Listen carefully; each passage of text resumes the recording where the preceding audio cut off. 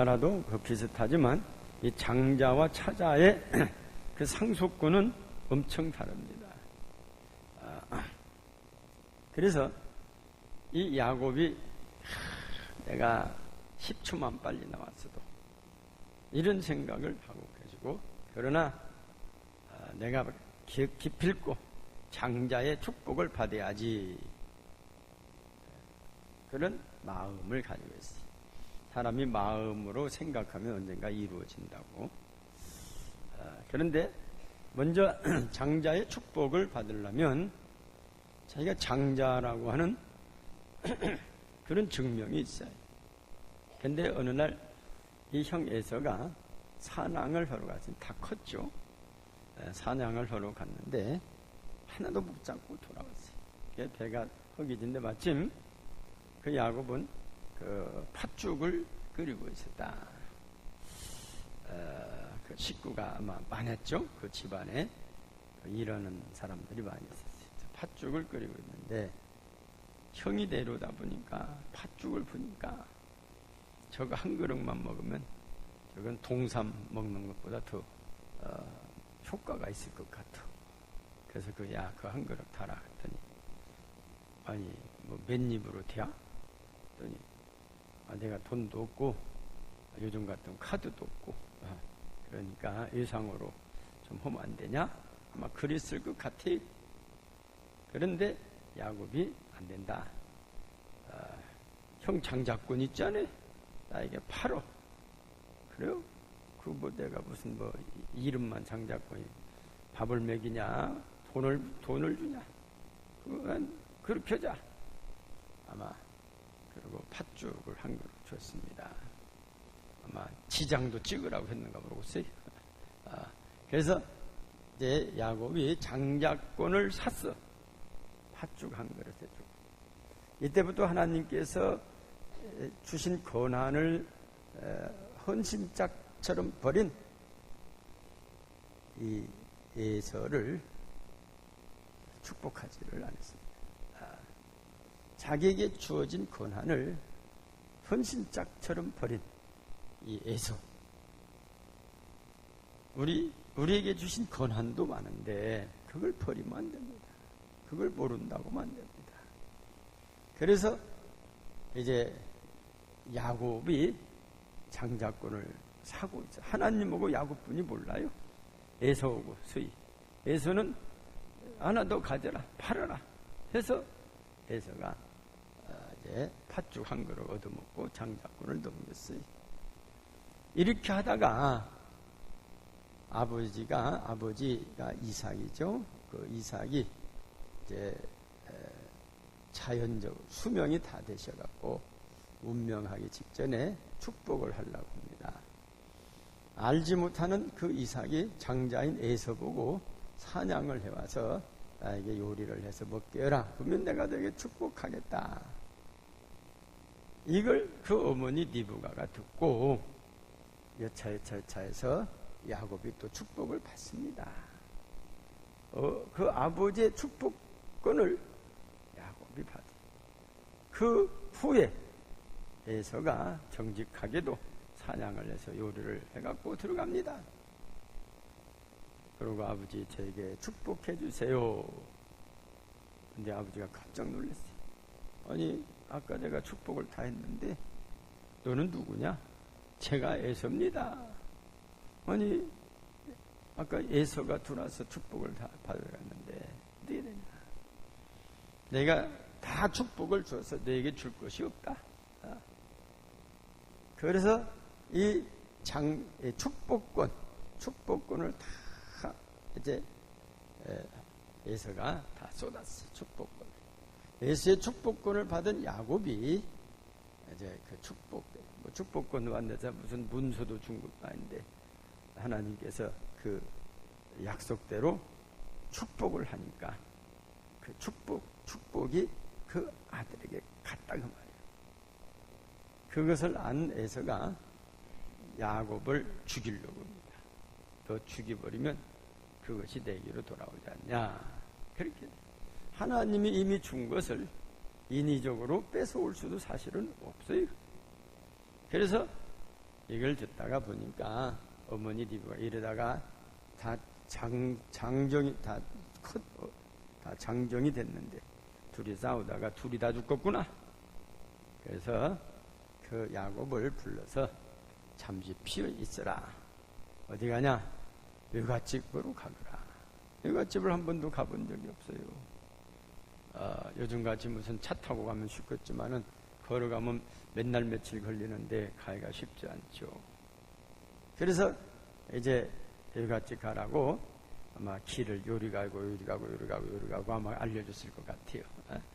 지금까지 내비게이션만 있으면 딱 들고 찾아갈 텐데, 핸드폰 속에 길 찾기만 딱 놓으면 거기를 찾아갈 텐데 없어. 가다가 해가 다 저물었죠. 그리고 캄캄한 밤이 돌아왔어요. 무섭죠. 그 내용이 오늘 말씀입니다.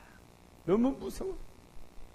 혼자 곱게만 자란 이 야곱이 해가지고 맹수의 울음소리가 들리고 여러 가지 또 뒤에 쫓아와다 형이 쫓아와서 자기를 죽일 수도 있을 것 같고 여러 가지가 생각하니까 무서워서 잠이 안 오는데 깜빡 잠들어서 보니까 오늘 나타난 게 환상입니다.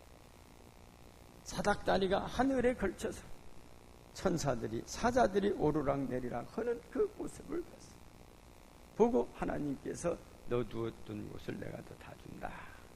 이런 약속. 그러니까 야곱이 기도합니다. 내가 외삼촌 집에 가는데 갔다가 다시 돌아오게 되면 반드시 하나님이 세워준 이곳에 하자면 전을 지켰습니다. 그 베델이. 지금도 성지순례 보면 베델을 꼭 합니다. 베델의 그 전을 짓고 이제 돌아오면 내가 반드시 10의 1조를 하나님께 드리겠습니다.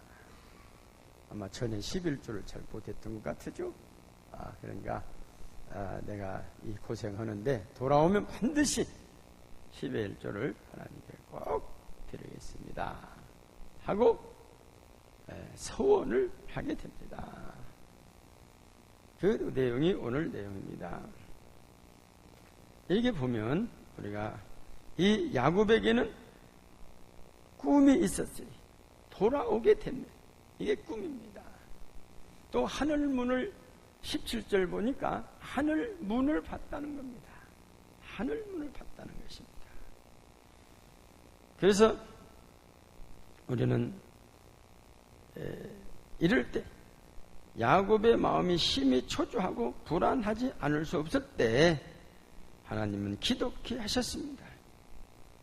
아마 어머니 리브가도 중보 기도를 엄청 했을 것 같습니다. 필요할 때 누구인가를 통해서 중보 기도를 하게 하시는 하나님이십니다. 이 중보 기도의 능력이라고 하는 것이 그 기록에 보면 그 엄청난 기록들이 있어요.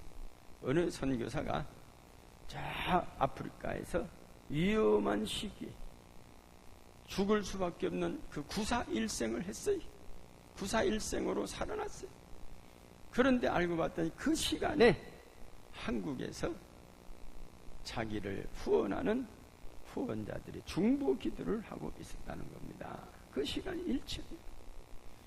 그러니까 지금 야곱이 이렇게 어머니가 야곱을 보내놓고 물론 장성했지만은 저 아들은 항상 아들은 애기 같은데 어머니가 볼 때 항상 애기 같은데 저 애기 야곱이 과연 잘 갈 수 있을까?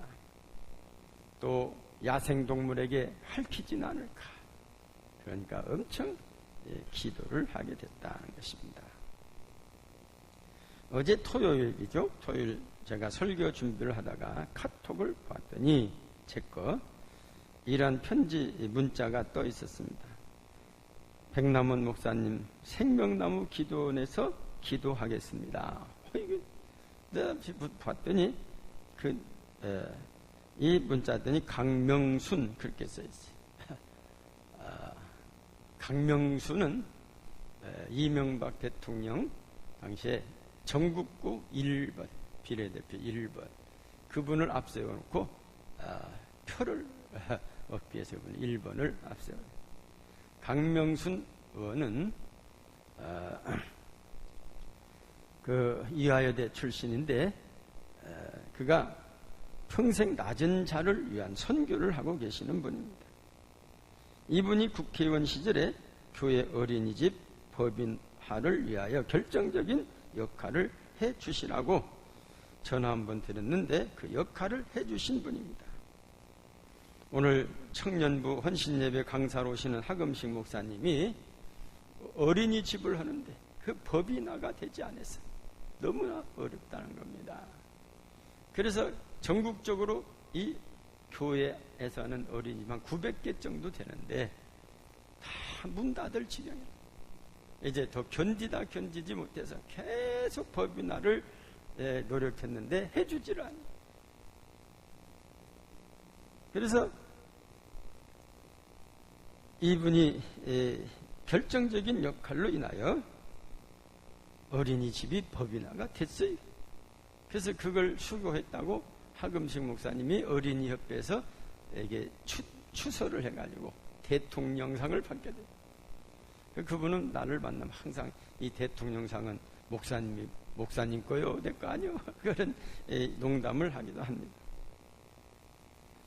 그래서 그러시면서 목사님은 900여 교회를 살리신 역사를 하셨다고 말하곤 하시는데 그 역할을 하신 강명순 전 의원이 갑자기 난생 처음으로 백 목사님을 위해서 중보 기도하고 있다고 하는 문자를 보내셨습니다. 하나님께서는 때를 따라 양식을 주시고 때를 따라 기독케 하시고 역사하시는 살아계신 하나님이십니다. 오늘 본문에서 야곱의 모습을 보니 엄청난 두려움 속에서 기도하는데 하나님께서 그 기도를 들으시고 환상을 통하여 이루하시는 장면이 나오고 있죠. 그것이 바로 오늘 12절에 나오는 12절에서 15절 사이에 나오는 말씀이 그 안에 있습니다. 꿈에 본즉 사닥다리가 땅 위에 서 있는데 그 꼭대기가 하늘에 닿았고 또 본즉 하나님의 사자들이 그에 오르락 내리락 하더라는 것입니다. 자녀가 어려울 때 부모들이 제일로 먼저 찾아갑니다. 제가요 구로동에서 개척교회 할 때 그 구로동 개척교회 할 때가 그 강명순 의원이 와서 저를 많이 도와줬어요. 야학도 오시고 그래서. 근데 저희 그 장인 어른이 그 가장 막둥이가 그가 10명의 아들이 10번째 아들이 군대를 갔어요. 군대를 갔는데 그 당시에 면회를 가신다고 그 당시 밀감 한 박스를 사고 지금같이 아니라 옛날에는 나무 괴짝으로 된 밀감 또 무엇을 준비하고 면회를 가신다는 겁니다. 그래서 아버님 너무 이분이 피곤하시 너무 피곤.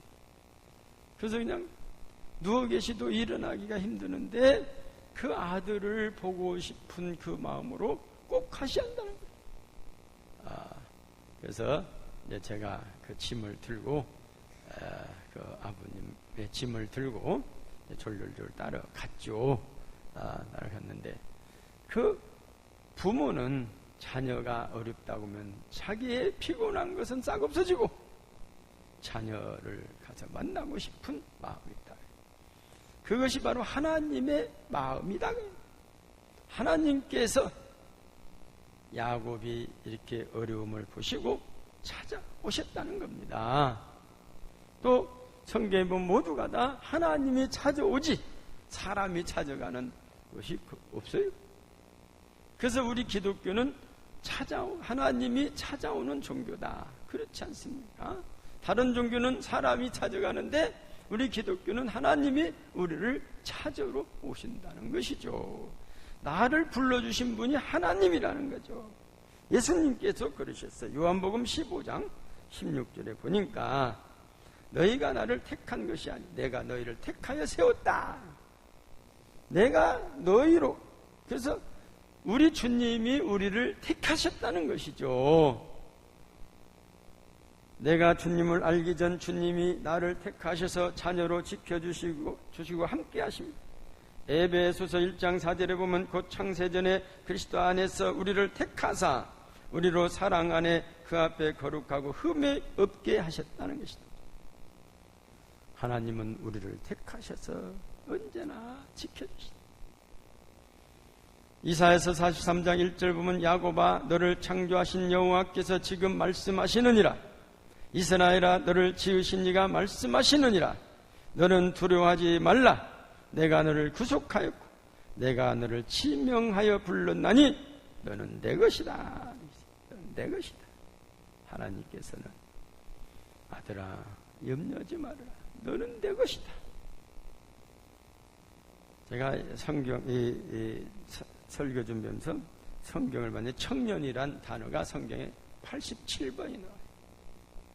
청년이다. 부활하신 예수님을 청년으로 묘사해서 전하고 있어요.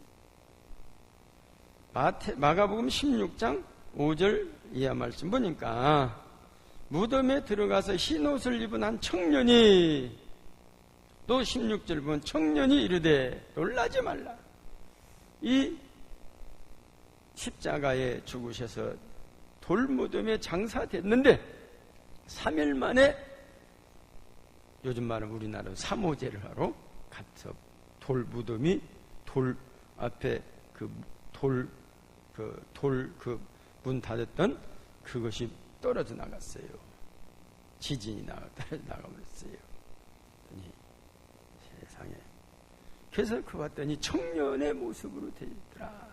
청년의 모습. 이것은 그리스도 안에서 있는 삶은 영원한 청년으로 살아간다는 것입니다. 그리스도인들은 영원한 꿈, 하늘나라의 힘으로 살아가기에 영원한 청년인 것입니다. 또한 야곱의 꿈은 종국적으로 하늘나라였습니다. 하늘문이 열렸다는 것입니다. 오늘 말씀에는 청년 야곱이 꿈을 꾸는 장면 보여주고 있는데 육신의 형제들은 70년, 80년 살면 헤어집니다. 그러나 영적인 우리 영에서 한 형제들은 영원히 산다고 하는 것입니다. 영원히 산다. 육신의 피는 유한하지만 영적인 우리 보혈 피는 영원한 것입니다. 베드로전서 1장 18절 이하 말씀 보면 너희가 알거니와 너희 조상이 물러준 헛된 생실에서 대속함을 받은 것은 은이나 금같이 없어질 것으로 된 것이 아니라 19절 같이 보실까요? 시작. 오직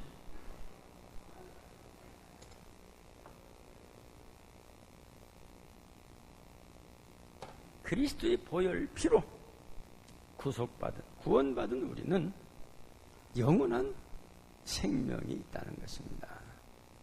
혈통으로 받은 형은 우리의 생명은 70여 강건하면 80이라 그랬어요. 요즘 한 10년쯤 더 올라간 것 같아요. 근데 그렇게 해서 했지만 우리가 그리스도의 피로 자녀된 사람들은 영원하다는 것입니다.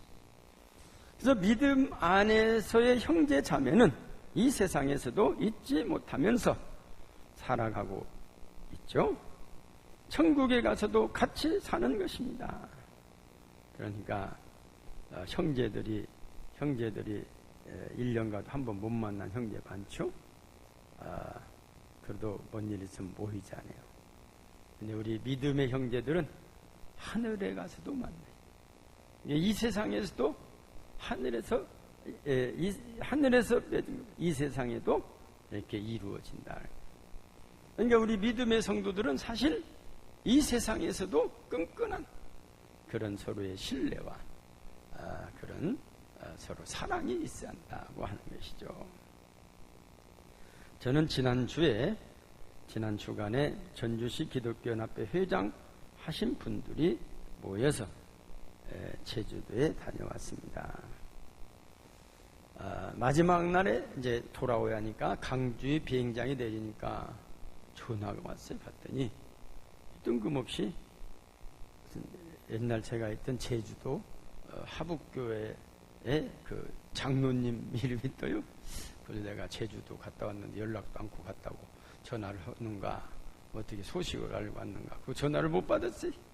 안 받았어요.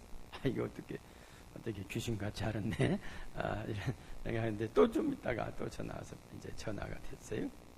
그랬더니 전혀 제가 제주도에서 3박 4일 동안 있다 온 것을 전혀 모르시더라고. 그러시면서 목사님 언제 한번 제주도 오셔야죠. 그분이 칼호텔에 아마 상당히 높은 자리에 있는 거 오래됐어요. 그래서 제가 한번 가야죠. 은퇴하면 제가 한번 시간 내서 갈 수 있겠네요. 그리고 이제 이야기를 끝냈는데 제가 생각을 했어요. 이게 벌써 35년 전인데 35년 전인데 아직도 이렇게 전화하고 싶은 사람도 있다 했어요. 제가 그 35년 됐는데 그 교회 담임 목사님이 5분이 바뀌었더라고요. 제가 35년 전에 신앙에서 맺어진 인연들은 마치 젖먹이 어린아이를 엄마가 젖대려고 하는 것과 비슷한 것을 느끼곤 할 때가 있습니다. 제가 83년도 11월에 효자동교회 유임 목사로 부임하게 됩니다. 4년 후에 88년도에 전북로에 그때는 전주노회가 없었어요. 전북로에 목사님들이 제주도로 여행을 간다고 신청을 하고 저는 신청을 못해. 다 어르신들이 제가 그때는 30대니까 어르신들만 가는데 신청을 했더니 아니 왜 백목사가 신청을 안 해? 제주도 하면 백목사지? 그 신청을 하라는 겁니다. 그래서 저 어르신들이 또 신청을 하니까 또 갔어요. 갔는데 제가 가서 왜 내가 가야 했는가를 알았어요. 그때 이 남전주교회 소창영 목사님이 있어요. 그 소창영 목사님 부부가 한라산을 우리 목사님들이 다 한라산 그때는 저는 이제 뭐 딱 40이고 나머지는 한 50대 초반들인 게 한라산을 뭐 정상까지 못 타고 가다들 오신 분들이 대반인데 근데 이분이 실종되고 없어요. 그래서 막 비는 억수같이 쏟아지는데 실종되고 안 내려와요. 그래서 제가 한라산 길을 여러 번 가봤으니까 길을 아는 저하고 저희 집사람이 이제 찾으러 나갔어요. 아무로 따라오지를 못해요. 춥고 떨고 둘이만 갔어요. 1시간쯤 올라가 보니까 이분이 길을 잃고 있어요.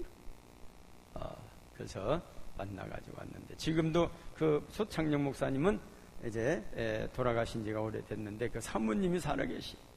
사모님이 저만 보면 지금도 아이고 우리 은인 생명의 은인 백목사 잘 있어요.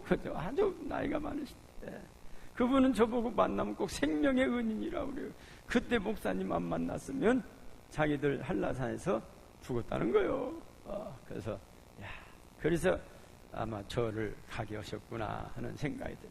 근데 이제 거기 가서 4년쯤 되니까 이제 단체로 갔기 때문에 개인적으로 안 빠져나가니까 제가 있던 그 전에 있던 그 장로님한테 전화를 드렸어요. 그랬더니 저녁에 장로님들이 다 오셨어요. 그래서 내가 안부만 물었는데 오십니까 했더니 한참 오다가 저한테 두툼한 봉투를 주시요. 뭡니까? 그래서 자꾸 안 받으려 했더니 아니 이건 목사님 겁니다. 그래서 뭔 돈이 왔더니 퇴직금입니다. 그러셔요. 아니 내가 퇴직금을 다 받아갔는데 그랬더니 목사님이 정상적인 퇴직금은 받아가셨지만 담임 목사님에게 드리는 플러스 알파를 안 드렸다는 거예요. 나는 그때 플러스 알파가 무엇인지도 몰라. 그래가지고 그때 목사님 나가실 때를 기준해서 적금을 해놔가고 정기예금을 해놔서 이자가 붙었는데 이자까지 다 찾아왔다. 그때는 이율이 굉장히 높았을 때요. 그래서 이제 봉투를 갖고 와서 집에 와서 끌러보니까 그 당시 우리 88년도는 우리 교회를 짓고 막 이 땅에서 예배 드릴 때인데 그랜드 피아노를 하나 사자 여전도에서. 근데 돈이 없어요. 그랜드 피아노가 비싸잖아요. 그러니까 여전도 분들이 몇 분이 뭉쳐서 피아노 개를 하신 것 같아요. 그러니까 한 달에 얼마씩 내고 갖다 놓자 해가지고 피아노 개를 하셨어요. 근데 저희 집사람도 한몫을 했는데 와서 열어보니까 딱 그 돈이요. 그래서 이건 하나님이 주신 돈이다. 하나님. 그래서 그 피아노 깨운다고 상당히 어려웠었는데 건축금도 해야죠. 피아노 깨도 해야죠. 또 애들도 뭐 용돈도 줘야죠. 상당히 어려웠는데 하나님께서 생각지도 않은 무슨 퇴직금이다 플러스 알파를 거의 이 작가들은 옛날 받은 퇴직금이나 비슷해. 그래서 플러스 알파를 해가지고 이렇게 피아노를 샀어요. 근데 그때 이 전자올개는 한 1,000만 원 된 노트기 싸요. 제 처제인 조현애 교수가 이걸 사다 놨어요. 지금 보면 보니까 지금 무엇이 이렇게 비싼가. 지금 제가 어디 가서 물으면 이렇게 살려면 3,000만 원이 넘는데. 그런데 어쨌든 이렇게 해서 하나님께서 그 사람을 만나게 하셔가지고 하나님께서 역시 한 형제로서의 그런 삶을 살아가게 됐다고 하는 것입니다. 야곱은 하나님의 약속을 굳게 믿었습니다. 그렇기 때문에 야곱은 잠에서 깨어났을 때 너무 기쁘고 감사하며 하나님 앞에 서원하는 기도를 올렸던 것입니다. 하나님은 조상들에게 하신 약속을 오늘도 유효하다고 하십니다. 영원토록 유효하다고 하시는 것은 영원토록 변함이 없으신 살아계신 하나님이십니다. 하나님께서 모세를 불러 시내 산에서 언약을 맺으십니다. 언약을 맺으실 때 백성들에게 언약을 지키겠다고 물어보시는 것입니다. 출애굽기 19장 7절 이하 말씀 보면 이제 모세가 내려와서 백성의 장로들을 불러 여호와께서 자기에게 명령하신 그 모든 말씀을 그들 앞에 진술하니 백성이 일제히 응답하이되 여호와께서 명령하신 대로 우리가 다 행하리다. 이 확신을, 이 응답을 받고 하나님께서 그 다음에 십계명을 주십니다. 20장에서 출애굽기에서 십계명을 주십니다. 이 십계명을 주시기 전에 백성들에게 이걸 지킬 수 있느냐? 우리가 명령대로 하겠습니다 하고 십계명을 주시는데 그렇게 받은 십계명도 지키지 못해가지고 얼마나 많은 징계를 받습니까? 예수님은 십자가에서 죽으시어 우리의 죄를 사하여 주시고 장사된 지 3일 만에 부활하셔서 승천하시기 전에 하신 말씀들이 모두 명령이요 약속이기에 이 말씀을 지키고 전하는 것이 그리스도인들의 사명인 것입니다. 사명이 있는 자는 항상 청년이라는 호칭을 받게 되는 것입니다. 그리고 항상 세상 끝날까지 함께 아마 약속을 하십니다.